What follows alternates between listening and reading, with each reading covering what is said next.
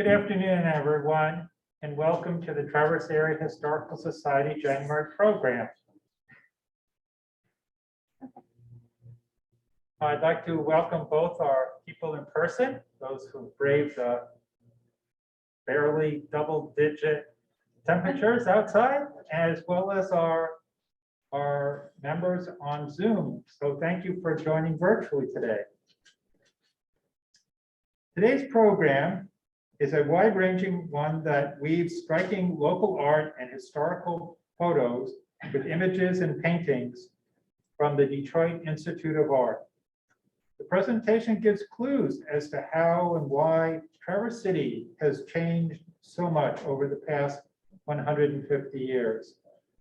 It is an expanded version of the 2019 program presented as part of the Northwestern Michigan College's Daryls Museum 2018-2019 Vision of American Life exhibition, which was loaned from the DIA. Presenter Peg Siciliano has a master's degree in American history with a specialty in archives from the College of William and Mary in Virginia. She is the past archivist for the Traverse Area Historical Society, writes historical articles for the Record Eagle, and is currently works for the Traverse City Area Public Schools. And so please welcome Peg Siciliano for our presentation today.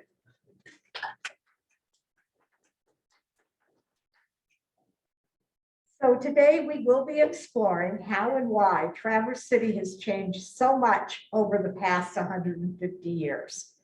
And seeing as most of the paintings you're going to see here come from the DIA, I ask that you think of supporting that institution as well as the Daryls Museum and the Traverse Area District Library for all they do to keep our culture alive and presented to the public.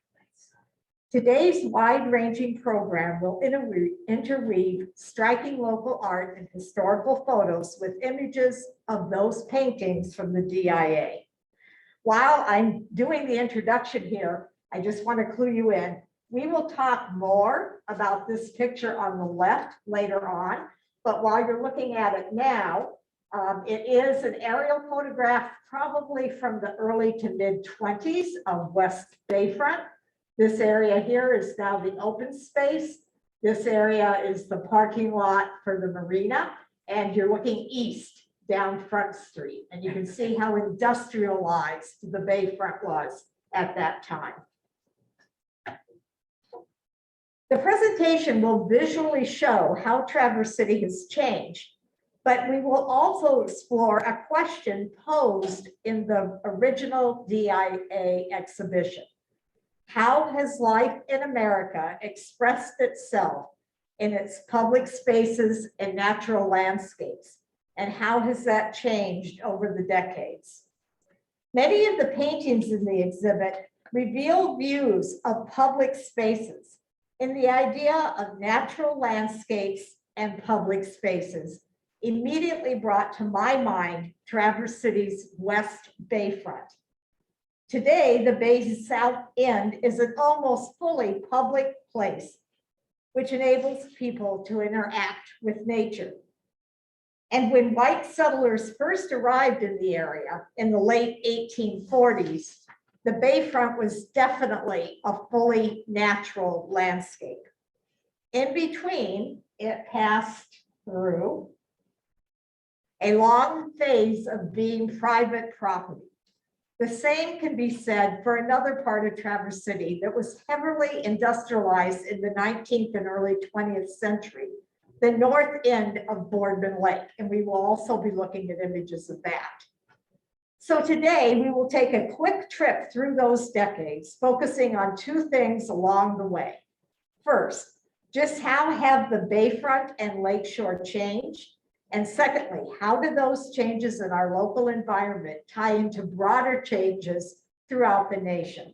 We'll visit this image again, but while you're looking at it, this image looks west from approximately where today's Delamar or Holiday Inn is, along what was a railroad track and today is basically where Grandview Parkway is. And we'll talk more about the changes that occurred here. So this is Front Street here. West Bay here, Boardman River here. And you can see what I'm guessing is a really chilly north wind coming in and blowing that smoke over the city.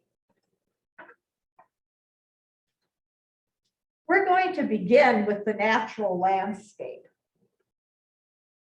When white settlers came to this area in the 1840s, it was covered with forest, with trees running practically solid from bayfront to bayfront, lakeshore to lakeshore, with breaks for the occasional river or stream.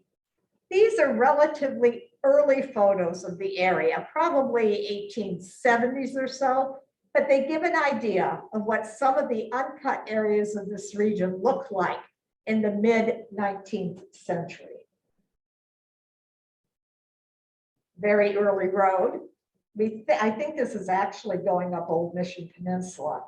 I think one of the things that's hard for us to remember, I think we can remember that there were trees from shore to shore, basically, when the white men first came here and when the Native Americans were here earlier. But when a lot of people immigrated here in the late 1800s and early 1900s, many of those trees were already clear cut. And so our grandparents or great grandparents who lived here, if they went on top of any of the hills or halfway up a hill around town, they could see for miles and miles and miles because all of the trees had been cut down. Places we go today where our view is blocked by the trees that have regrown were completely clear at that time. We're going to go to our first DIA painting. Up in the left-hand corner is Henry Ward Ranger's 1908 oil canvas entitled The Clearing. Came from the DIA exhibit. We see a similar painting down on the right-hand side, which I've already lost my place. Sorry, people. There we go. Is by the Northern Michigan artist Maud Miller Hoffmaster. She was a very well-known landscape artist that lived here in Traverse City from the early 20th century into, I believe she died in the 1960s sometime. Her studio and home are still off of East Bay. You can still drive by. It's a beautiful stone house there. And I was just caught with sort of the similarity. It's two different seasons, but that idea of how Americans have always been attached to nature and drawn to it. Probably people worldwide, but these two paintings seem somewhat similar to me. As I worked with this presentation, I was struck again and again by how many of the DIA paintings were reminiscent of photos I had seen in the local history collection. I think that is because there is something universal about what happened here in Traverse City, about how the heart of our town went from looking like the left-hand photo to looking much more like the bottom right-hand photo. This left-hand photo here was taken in the 1870s, and it's a little different than what it looks like. Obviously, the industry is, but even the lay of the land is a little different. When Grandview Parkway was put in the early 1950s, they actually changed the mouth of the Boardman River. So today, the Boardman River actually curves much more sharply and comes out about here. And what was the water here is now approximately where the parking lot for the Delamar is. So when I first came to town, I was so confused because people kept telling me how industrial the Bayfront used to be and how there all used to be all these manufacturing plants. Well, I only knew Grandview Parkway. And when you drive down Grandview Parkway, there's really not that much space between the parkway and the bay. And I would be like, well, where were all of these manufacturing plants? There's really not room for that much industry between Grandview Parkway and the bay. Well, the reason is Grandview Parkway wasn't there and the industry spread on both sides of what is now Grandview Parkway. Starting with Plymouth Rock, immigrants settled along waterways. Before their arrival, Native Americans often settled their water also. Hence, before there were planes, trains, and automobiles, water was the main mode of transportation. It was also the main source of industrial energy. Waterfronts across the nation, indeed the world, started out as natural areas. And then with the advent of the Industrial Revolution, many of them became industrialized economic hubs. And as the 20th century ebbed and the 21st approached, the Industrial Revolution also ebbed. The information revolution appeared, and with it, the rise of the service economy. Waterfronts across the globe ceased being needed for industry and became transformed to meet the needs of a tourist economy. As we will see, the history of Traverse City's West Bayfront echoes these universal trends. But for now, we're going to go back to the beginning. As elsewhere before white settlement, northern Michigan was not devoid of human activity. The great and great-grandparents of today's Odawa and Chippewa citizens lived in this area for hundreds of years before whites arrived. Some of them spent time in the area we now know as West Bayfront. They especially came to that area in the spring to fish and blueberry pick. So when you look at this photograph, you're again standing approximately where the Grandview Parkway Bridge is. You're looking west and a little bit north. There's already a little bit of a dock built here, probably where the marina parking lot is, I'm guessing. But you can see here the Native Americans have come in for fishing and blueberry picking. And this is after the whites have arrived. And one of the clues to that is here, this shelter is probably made out of leftover slabs from the lumber mills, which is also where a lot of the early housing material came for the workers in the lumber mills. These slabs were deemed not good enough to be used, to be sold, to be sent to Chicago. So workers were allowed to pick them up and build their homes with them. And I'm guessing that's probably what we're seeing here also. What's interesting is you go a little bit, a few more years into the future, and it just, now we've got canvas for most of the tents here. And this looks much more built up. When Traverse City was first settled by whites, the steamboats were just coming in. So for the first decade or so, it was mostly sailboats that would come in.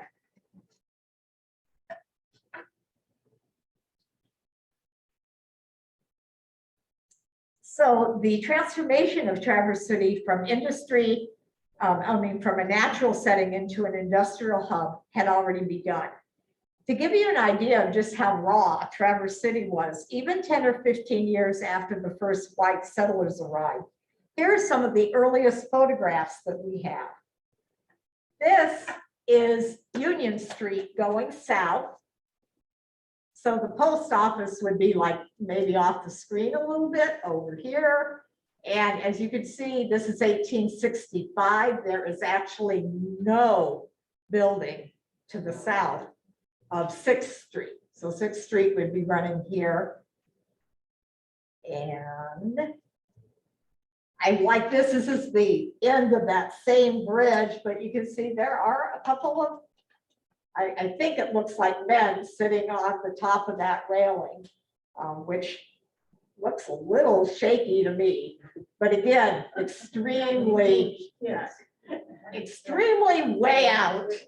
Teenage boys. Maybe teenage boys, yes, yes.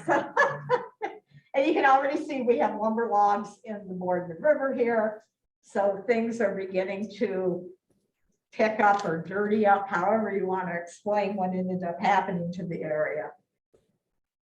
This is a fascinating photograph. We think it's the early 1870s. You're looking towards the bay. So West Bay is here. And we think this is taken approximately from maybe behind the Old Kent Bank, or maybe the river is right behind you. But here you can see the dock.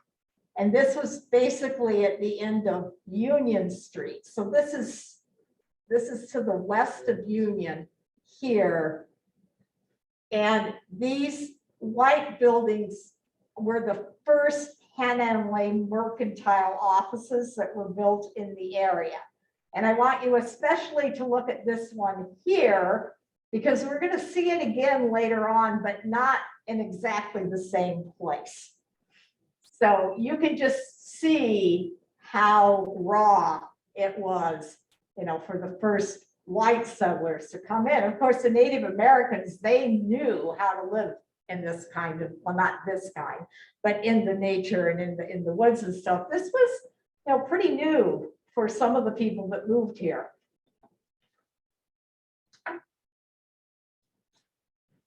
By the early 1870s, here we go again. This is one of my favorite pictures. I think this is the last time you'll see it, but here we go. This is early 1870s.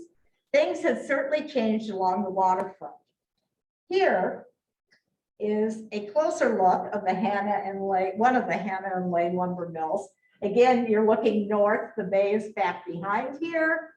This is probably more in the 1880s because the cinder burner here was built then. It sat at the north end of Cass Street. So this was before there was a North Cass Street Bridge. And this is the Boardman River running along here.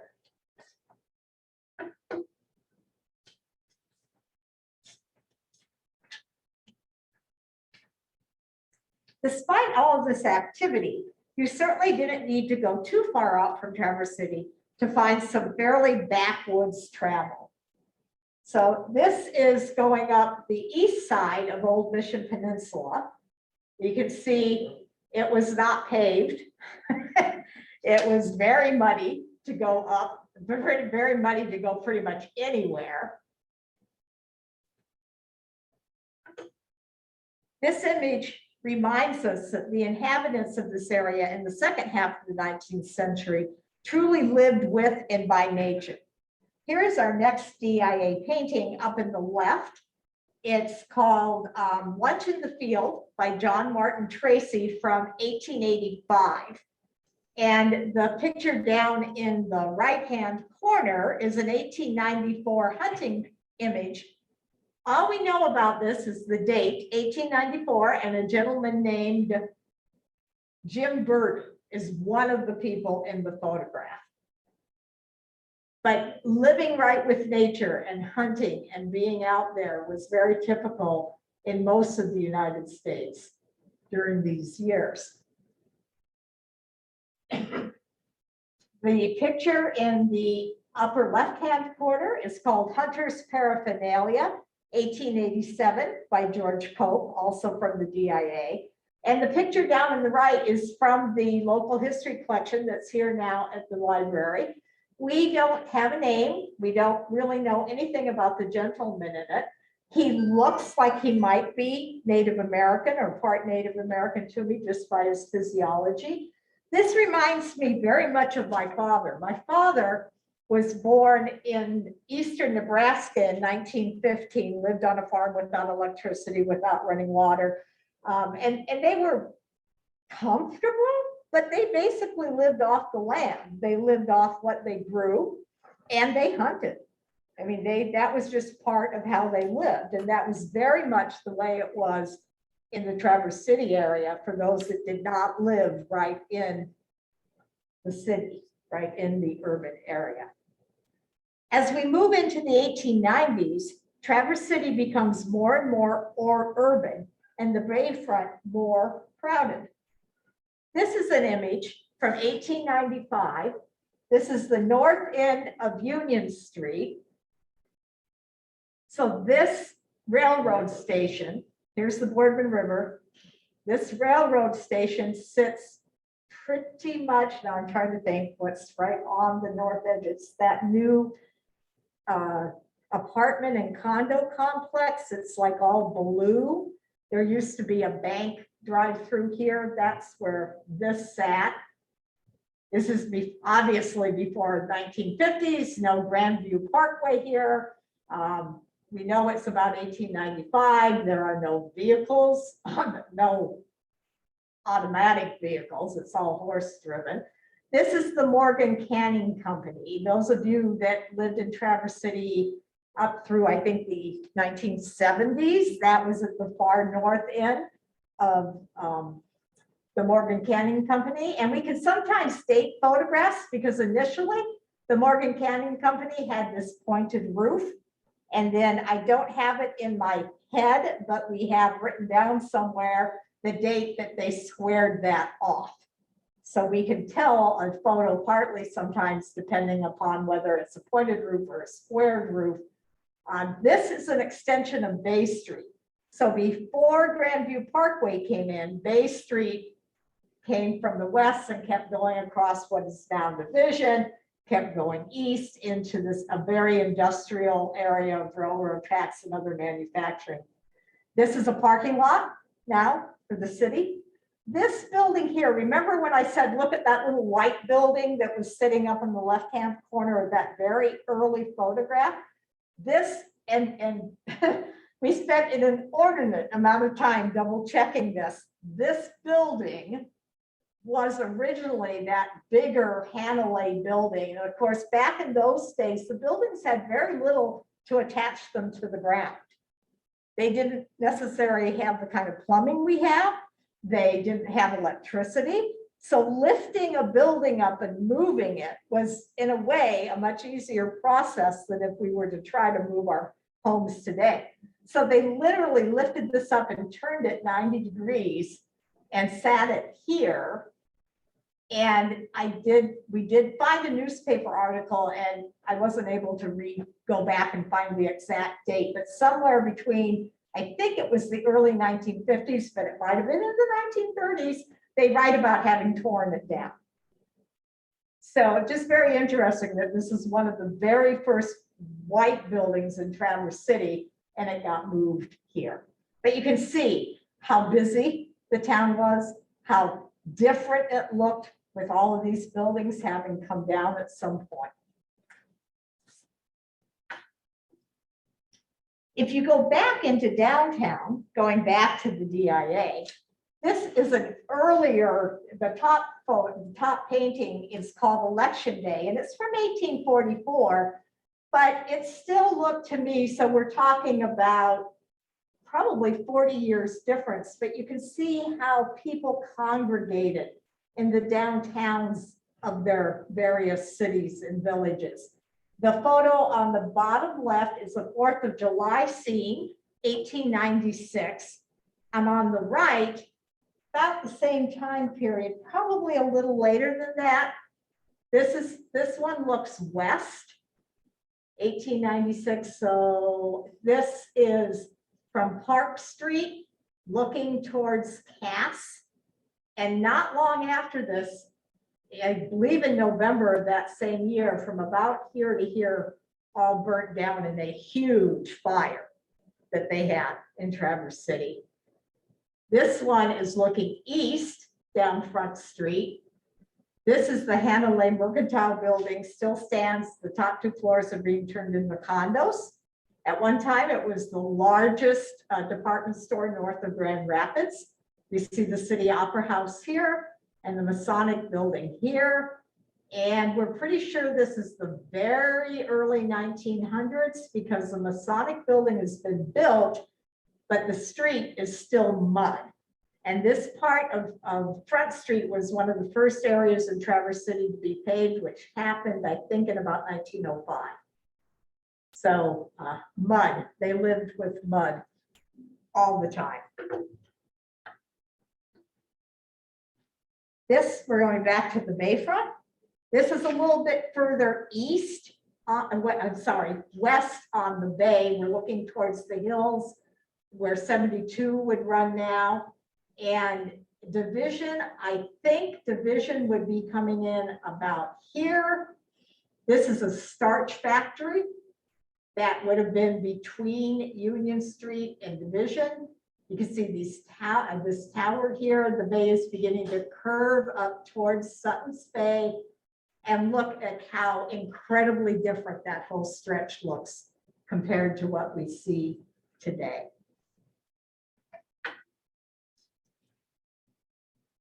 The starch factory opened in 1899, so this is very close to 1900, right around the turn of the century.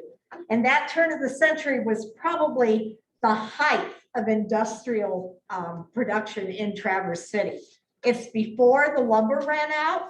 The lumber up here, the white pines, et cetera, ran out in about 1910, 1915, 1917, somewhere in there. And that, of course, is when the industries began to shut down because so many of them were based upon the lumber that could be cut. In areas of the country that were settled far earlier than Traverse City. Oh, sorry, I did it again, sorry.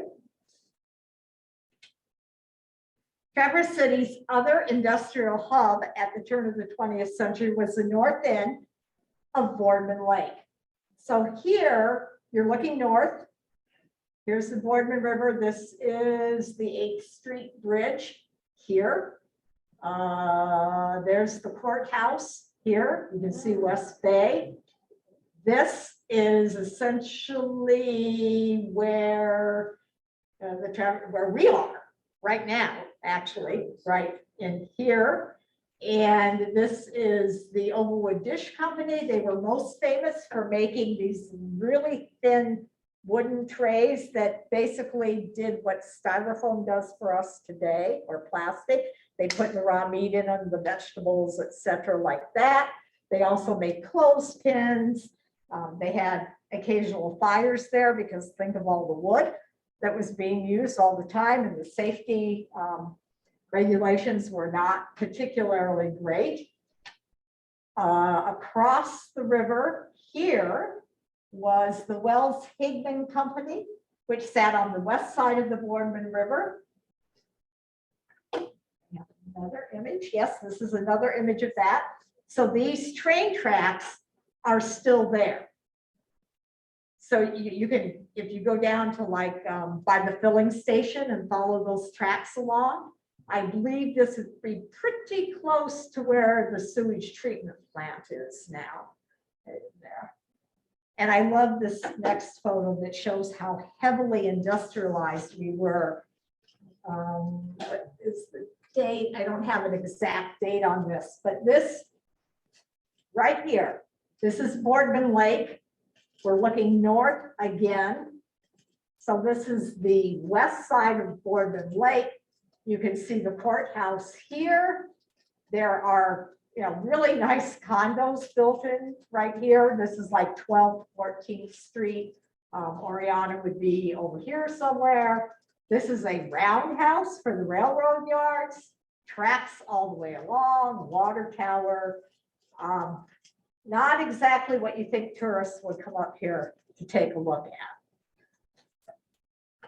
at. Yet, by 1900, people were already beginning to use the waterfronts for recreation, in spite of their industrial limitations. This is a probably turn of the century, 20th century picture of Boardman Lake being used for ice skating. So here we have the Overwood Dish Company. You're looking south here. It's about where Hull Park would be. And people, are not in the least bit concerned that they're right in the middle of an industrial center for the town.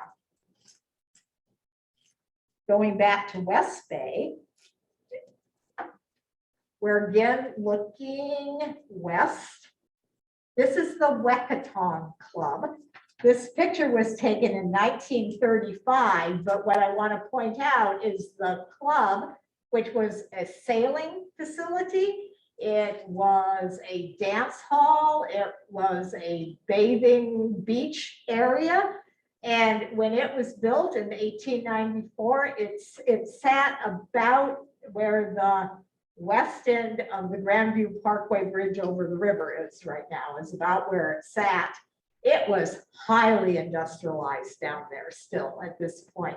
I also am just, I look at this photograph, I don't know what month it was taken, but look at the snow on the bay.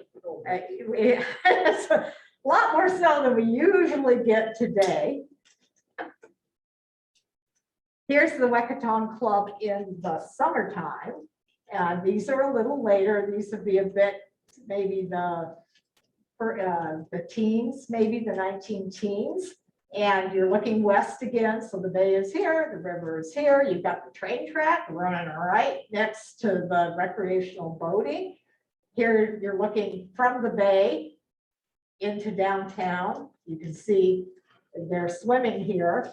The interesting thing about swimming in the bay at that time, not only was it fully industrial, so like at the Morgan Canning Company, they were dumping all the cherry waste and everything into the bay. We also did not have a sewage plant until 1938 or 39. And it's very interesting because in the archives here, they have a paper. It was like a senior thesis done by a young man for, I always get it mixed up. It's either Harvard or Yale, but he was majoring in public health. And in the 1930s, he chose to come to Traverse City because apparently we were infamous in the public health community for having a very high rate of waterborne disease. And there are wonderful or not so wonderful photos in this report or the paper, the copy of the paper we have from him, showing stuff you wouldn't want to see laying up along the beach edge. Just imagine what that was. Because all the houses, like along the Boardman in town, not to mention the state hospital, it just, the wastewater just came through tunnels into the river and then flowed down to the bay. So, you know, it doesn't take a whole lot to figure out why we had such waterborne disease in the area.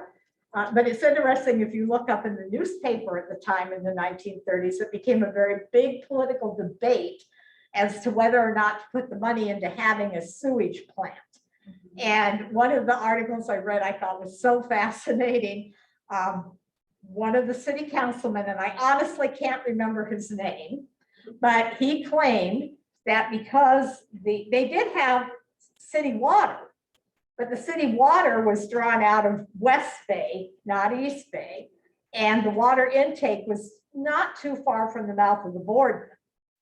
But his claim was there was scientific evidence that showed as long as you were pulling the drinking water from low down in the bay, the bacteria wouldn't float down from the top into the drinking water. Apparently, enough people decided he was wrong that the city did, and that's when we got a sewage treatment plant. And somewhere not too long after that, they moved the intake pipe from West Bay to East Bay, which was probably better, at least at that time, than what we were getting out of here. So things do improve. It's part of my message. And here, early 1900s again, here is a couple near the starch factory. So we're actually looking east here. They're coming west.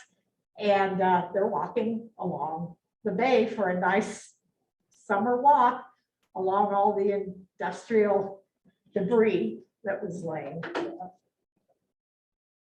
This happened all over the country. We're back to DIA pictures here now. This one is painted by an artist called Sanford Robinson Gifford. It's called The Beach at Coney Island. It's earlier, 1866, but if you know anything about Coney Island, there may not have been industry there, but certainly not too far away to the north on Long Island, there were a lot of housing, a lot of urban area. So the idea that the recreational area would be budding right up alongside other types of land use was certainly not new to Traverse City. This is East Bay in the 1930s, down on the right-hand side there. Is that a shipwreck? No, that is a slide. Oh. Can you imagine our safety regulations allowing that slide today? And it is a very, very tall slide. There's a person up there getting ready to slide down. I think they just moved it across the street. A desire for increased recreational activities in the late 1800s and early 1900s occurred in part because middle and working class Americans literally had more leisure time. Increasingly stringent labor laws limited the number of hours people could work a week. At the same time, mechanization made such shorter hours possible, both in work, like in a manufacturing plant, but also, and this is very important, for women who did almost all of the indoor housekeeping chores. So just imagine the leisure time your great-grandmother gained from the advent of the electric washing machine. And that, you know, it sounds sort of funny when you say it, but that whole idea that work became so much easier had a great impact, particularly on the position of women in American society. The expansion of women's leisure time played into several important cultural changes. Those included the strengthening of the suffrage movement, the push for women having the right to higher education, and in direct connection to today's talk, women taking strides in expressing themselves socially and culturally. They just had more time to do these things. So, and the reason this came into this talk was John George Brown's A Liberated Woman on the left was painted in 1895. Now, she is smoking, which would have been a very striking and probably shocking thing for a woman to do in those times. Her clothing doesn't look, you know, all her body parts are covered up, but it is very frilly, lots of bows, and certainly her facial expression is sort of like, I think, you know, I'm gonna go have fun and I'm gonna do what I want to do, is what I see in this facial expression. These two pictures are from a couple of decades later, but they are local Traverse City photographs. They were taken by a young man named Hanley Williams in the teens, and he did travel all over northern Michigan. He had a lot of male and female friends that he took tons of pictures with. Photography by this time had become inexpensive enough that pretty much anybody could take it. So we have a lot of just sort of socially fun photographs from this era. And I thought these young women that he took pictures of had similar expressions to the painting here, that they were going to go out and they were going to have fun. The sort of sad, I'm so glad we have like 2 photo albums from Hanley Williams. He joined up to serve in World War I and did not come back. And so I think he was in his very early 20s at that point. And I don't remember off the top of my head if he was wounded or got ill. So many people got ill from the Spanish flu and that type of thing. But we do have this wonderful record of his last few years in the Traverse City area. As we moved into the 20th century, oh, another DIA picture first. This is Vincent Giannelli's 1936 cityscape up to the left. And the image of Traverse City down below is 1890. So the years are a little off, but again, how cities grew up and grew back from the waterfront. So they almost always started at the waterfront and then they would grow back into the areas of town that were a little beyond that. We are looking north again towards the bay. Here's that cinder tower, burning tower that we saw. So this is Cass Street. I'm trying to see what else I can see here. Not sure, and I don't want to keep you here all afternoon, so I'm going to just jump ahead to show you the net. I can stay and ask answer questions afterwards. This is on, we've gone to the western corner of West Bay, and this is Daryls Marina. So today, right here, we have Daryl Park right there. And this was a marina at least through the World War II era. And this is going up towards Sutton's Bay. So this is 22 going north, going around all the way around the corner. So we're into the mid 20th century with both of those. But as we moved into the mid 20th century, same area, right near Daryl, what is now Daryl Park, railroad track being used right along the Bayfront. This is the end of Park Street. There was a railroad station there, well into the 20th century. Now I know there's at least two people in here that are like ringers. They're going to know exactly where this was. This is now the Great Lakes campus of Northwestern Michigan College. So this is Front Street going east. This building, one of these buildings is still here. It's a restaurant that keeps changing names. I don't know what it is now. It used to be a little breakfast restaurant. If you look closely, there is a motel court here with individual little rooms or little houses for people to be in. And this was another canning company. This was, I just got the name mixed up. Cherry Growers. And this is a 1947 image. So Cherry Growers Is was that where here. the senior center is now? Actually, it's where the Great Lakes campus for, Where the Haggerty Center is? yeah, the Haggerty Center. Thank you. It's where the Haggerty Center is. At the senior center, I've always got it. Senior center is like over here, I think. Is it this way or that way? Other Ann? side. This way. Thank you. Where the big trees are. Here. But as you can see, hugely different. And we may have some retirees here that did not grow up in Traverse City. I moved here in 1985. And what I remember is this huge wall that was still along Front Street as you drove by it here. So even though I'm a historian and I love old buildings, I do think that the Great Lakes campus, the Haggerty Center, was an improvement over what was left sitting here at the time. So I now have dropped my papers, but I think I know most of the rest of it by heart.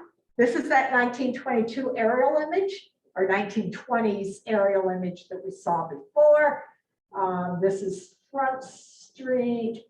This is the Morgan Canning Company. So this is Union. Even look all in here in the warehouse district, what we call the warehouse district now. And what the biggest two things were huge changes that led from this to what we have today. One of them was led by Composter, who started the museum collection in Traverse City, which is now the city is caring for it, but it's not on display anywhere. He came to town in the 1920s or teens. He worked for the Lyric Theater as a projectionist. He became a mayor. He became a city commissioner. And maybe the thing that he did that we should be most grateful for now is he and other city leaders took that Bayfront and decided, by this time, a lot of the factories had closed down and it was just basically an industrial dump down here. And people were literally dumping stuff down there. And Composter led the movement to start Clinch Park, which, then was a zoo for a while. It had the museum down there, and now it's definitely a natural landscape. This is the Composter Museum soon after it opened. You're looking in the bottom photo, you're looking east towards the bay. This is the opening of it. This is interesting. By this time, there was a bridge at Cass Street, so you could walk from downtown through here over to all this little, many of these buildings are gone now. This is the Bijou by the Bay, right here, is still there. And of course, when they brought Grandview Parkway through in 1952, it opened up, a lot of this stuff was torn down. A lot of these buildings were just torn down. But opening up Clinch Park was one of the huge moves towards moving towards a recreational area on the Bayfront. And the other big one was opening up Grandview Parkway. So this image was taken, I'm not exactly sure the date, obviously after the parkway opened. Looks like Morgan Canning Company may be gone by now, but this huge, the power plant is still there. See all the huge differences that have occurred. And then since then, when I moved to town in the 1980s, there was a big move to landscape this whole area in here. You see the railroad tracks are still there. And now this is really nice beach area going all the way to the corner where it turns up towards Sutton's Bay. So even in the last 20 or 30 years, a lot has been done to, in my opinion, basically improve how we use these natural areas along the bay. This is another image. I think it's a little different angle. This is the open space here, which is used for logs and storage for a long time. I'm trying to keep it to about an hour. There's the Great Lakes campus. We saw cherry growers sitting there in the 40s. And that's a picture of pretty much, oh yeah, this is a fairly recent picture because we have the film festival here with the blow up. So that was a really quick move from the 1840s to the 2000s and 10s. Does anybody have a question about any of the pictures or? I have two questions. Clinch Park, is that named after someone? Yeah, it's named after Floyd Clinch, and he was a good friend of Composter's. He was involved in city government, and why they named it Clinch Park instead of what one might think, Foster Park or Con Park, I honestly don't know for sure. I did at one point, but I can't always keep everything in my head. But that's where the name came from. Floyd Clinch was very involved with Composter in the movement to turn that area into a city park. The city actually refused to pay for that. So even though Composter, I think, was the mayor at the time, or he was definitely on the commission. What they did was they just basically sent out news releases and said, we're going to clean that up this coming weekend. We're going to haul all the dirt and debris and crud that's down there, and we're going to start turning it into a park. And anybody in town that wants to help can come down and do it. And they had hundreds of people show up. They had businesses offer and bring their trucks in to help haul the crud out of the way. It reminds me, in a way, of what happened when Horizon Bookstore moved from the south side of Front. It was in a small building on the south side of Front Street. And then when Penny's closed, the owners decided to move into Penny's. And they had like a day where they basically said, hey, customers, hey, citizens, we want to move all these books across the street. And again, I don't know how many people, but lots of people, tens if not hundreds of people showed up to help Horizon Book move. And that's another example of a business in town that has chosen to stay downtown when they maybe might have made more money, at least initially, by moving out. So other questions? Yes, go ahead. I had another question. I have time for both of you. Yeah, all right, so the original photo that you showed of Boardman River coming in, it looked like there was very, very little room between the river and the bayfront. And now it seems like there's a lot of room, and I just wondered if there was, people were filling in the bay to make.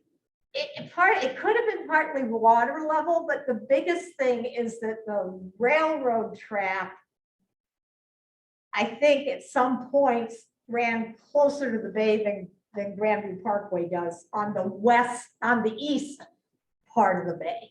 And it sort of flips when you get further.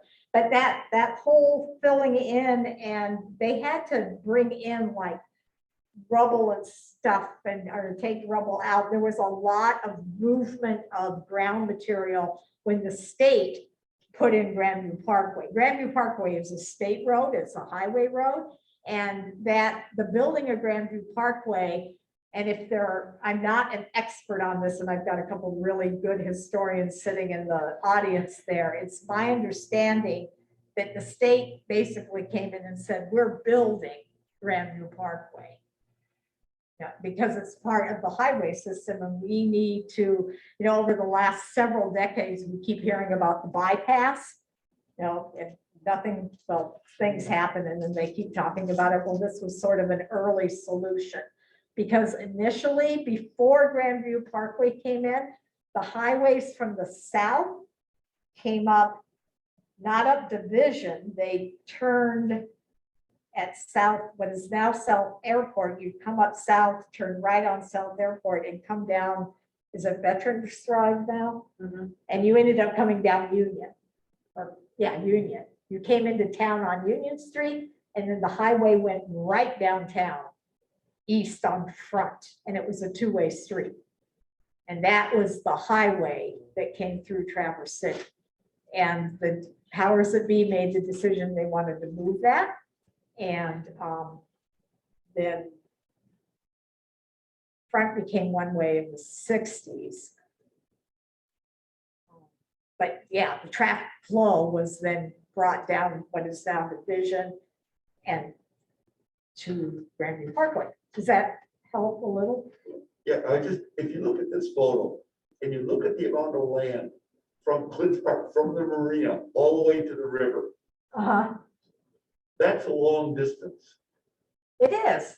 And it seemed like when looking at those original photos, there never was that much land. Yeah. In fact, I'm going to go fast, so don't Sure. get dizzy. Yeah. Is it, that one? There. Yeah. Yeah. Well, partly it's because, and anybody that wants to jump in here, as you're looking at this photograph, I also believe the river sort of heads this way a little bit at some point. So, yeah, even when you look at this, I totally agree with you. It can be so disorienting to look at these pictures sometime. And part of it is that the river is far wider here than it is now. And part of that is because they put in, at least further down, they put in the retaining walls to make the channel narrower. And there are buildings all along here now. You're going west here. So all along this part, there's quite a few buildings in here. But the river became narrower, even in parts of it where it doesn't have retaining walls, they filled it. If you look at a lot of photographs, particularly off of the Union Street Bridge, the South Union Street Bridge or the South Cass Street Bridge, you look at the South Cass Street Bridge and the river looks huge wide-wise. It's just so wide, so much wider than it is today. And what I've heard is there was a ton of filling done to build up those shores. And now they're realizing that maybe that wasn't such a good idea. Well, yeah, Because they're having problems and they're talking about taking out that wall like behind the State Theater. Oh, right. Well, because they put the sewer pipe Duh. under there. And yeah, that is a huge issue. It sort of reminds me of when they decided to take the water out of West Bay and dump all the sewage into it. You know, and I am not defending anybody here, but I think we also, as a historian, I have to try to put myself and think, okay, people made these mistakes, but what information were they using and what was the mindset? I mean, it's like when people like Perry Hanna, who we think of as this great man that helped build their town, which he was, but his company also came in and totally cleared everything, clear cut everything, ruined the environment. And in fact, he knew it would ruin the environment, but in the mindset of most people in the 19th century, building a city, building industry was seen as a positive, and people just, not very many people, thought beyond that. That was not good, but Michigan became one of the hotbeds of the environmental movement in the 20s and 30s, precisely because it had been damaged so badly by all the logging that the problem was so bad that people started to step up and say, oh my gosh, what are we going to do about this? So the very early conservation movements in the 1930s have people who know a lot about that history. There's really big names from this area that were involved in that. Yes. When you showed the picture of there were two pictures of the Indians hanging out by the Yes. base of the bay, and then there was one structure that you said was made from slab. Yes. And I was wondering if Slab Town, that neighborhood, if that's called that because that's how they built the houses there. Yes, that's exactly why it's saying I that. always wondered about that. And the interesting thing about that is the original slab town, back in the early 20th century into the mid, even later part of the 20th century, is east of Division and north of Front. So northeast of the. Second, so like 3rd Street, 2nd Street, Bay Street.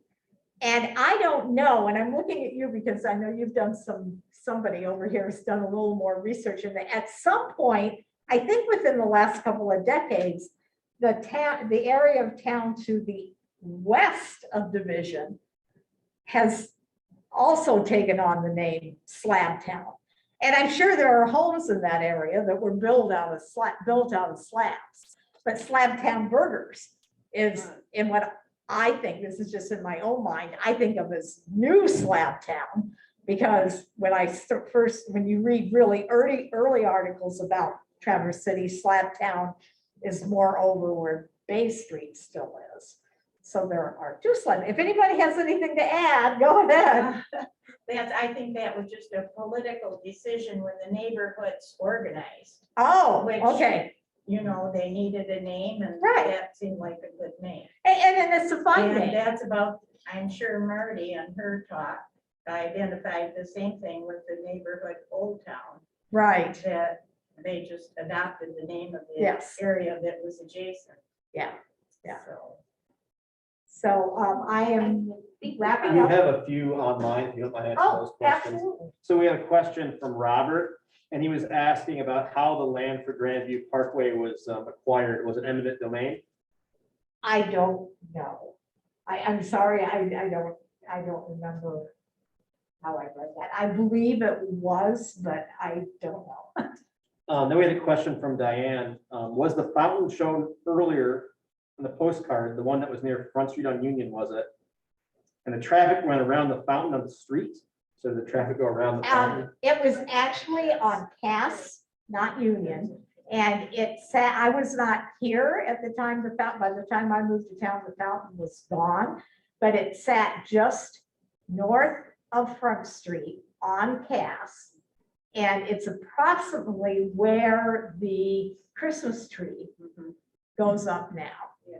I have heard speculation that early on, the Christmas tree actually was like set down in part of the ground structure that was for the fountain as a way to hold, am I seeing? Which makes sense to me. I also heard there were bathrooms down there at some Yeah, point yeah. when they had the fountain, and I heard they weren't particularly pleasant. I mean, this is hearsay. This is hearsay. I don't have it. Well, we always thought that those bathrooms emptied right into the river They. because they were in our minds, right on the bridge over the river. Right, and they probably did, Well, I mean, wouldn't again, be I mean- surprised. you know, but, more questions? Yeah, we had a question from Marley, and her chief question wasn't the mouth of the river moved east-west, not sure, at one time? Yes, the mouth of the river moved to the west from where it originally was. So the mouth of the river used to run about where the west parking lot of the Delamar Holiday Inn is right now. And there used to be a little neighborhood in there too. Before the Holiday Inn was built, that was a little neighborhood of maybe 5 or 6 houses sat down there. All right, so there's just 2 more comments. One was from Reba, and she just said that the early conservation movement in Michigan would be a great topic for a talk. Okay, And then Helen Altman wrote, I very much like to dislike to correct the pronunciation, especially of the wonderful Peg S. But my parents talked about the Watonk Club going there as young as people late 20s and 30s. And they always pronounce it as We Katong. Thanks for this terrific talk. well, thank you. I've never heard anyone else say it. So we could talk, we could talk. We at the beginning. We could talk. Okay, thank you. I know Helen. And that Anything was- else? That was it. Okay. I think he has a few more things to say if we can keep the. Thank you very much, Peg. So I'd like to end with a couple of announcements. The first, I'd like to bring Marty up here, our November program speaker, who shares some information on her new published book. Which is now published. So I brought 2 copies. Yeah. I don't know, Come everyone to the may microphone, already, please. oh, sorry. I brought 2 copies. If anyone has missed out on a purchase of All About Old Town, I'm happy to take care of that oversight this afternoon. And it's very exciting to me because we have a history book that has for the last 3 weeks been a top seller at Horizon Books. So that's pretty cool. I think that's it. Great, Thank you. Marty. And then looking forward to our February program, I'd like to bring up Ann Swaney, who will talk a little about the February program, which will be here again in the McGuire Room on February the 20th, and it will also be available virtually. So Ann, want to come up here? Definitely want a copy of your book. Okay.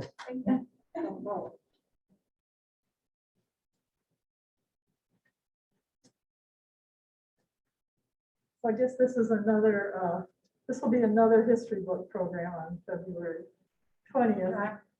I'm sorry. The mic. Okay, how's that? Is that better? Just lean into it. Okay, how's that? Too good a math. All right, how's that? Better. Okay. This is another history book. It's been 2 years in the making. And I think it's at the printers now, so that's good news. It should be out around Groundhog Day. The book is called Beyond Books. And it's the stories, the subtitle is Stories of Traverse Area Libraries from the same time period you were talking about, 1860 to 1920. It wasn't supposed to go quite that long, but with the pandemic, we decided there's a lot of library history in those last years of the beginning of the pandemic, and we closed in December of 2020 with the book. It's all about cattle. But what it starts with is you saw those scenes that Peg showed up there of what life was like in those early even before 1860s. But by the mid 1860s, the ladies in town were desperately talking about the need for a library. And so there was a little bit of culture going on too, besides all the lumbering. And it'll go on up through the building of the Carnegie building, and then this very building here. Believe it or not, libraries, well, you know, because you're historians, libraries are not boring places. There's a lot of drama when you go back and look at history and everything. So I think that's what the part that you're gonna find interesting. The book was written by Heather Shoemaker. She wrote Saving Arcadia, so you know by reputation. She does an excellent job. The rest of the book was all done by volunteers through community support. Anne Lagoon and I were co-chairs, and there's 6 other women that were involved. This Sharon Jennings was back to the Historical Society, helped a lot. It was raised, so it's all by community support. And your organization, TAS, made a sizable, generous donation to help give us a good kickoff. The money will be going to local history collections at this library and in some of the member libraries. So I think that's probably enough said. So thanks for your support. And so this is the book launch is going to be here kind of as a thank you for the Historical Society. Thank you very much, Anne. And so again, February 20th, Sunday, February 20th is our February program, and Anne will help to present on Beyond Books. Are there any final questions from the audience, either virtually or here?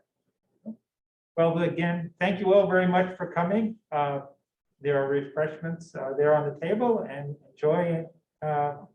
Thank you all very much for coming. Have a good day.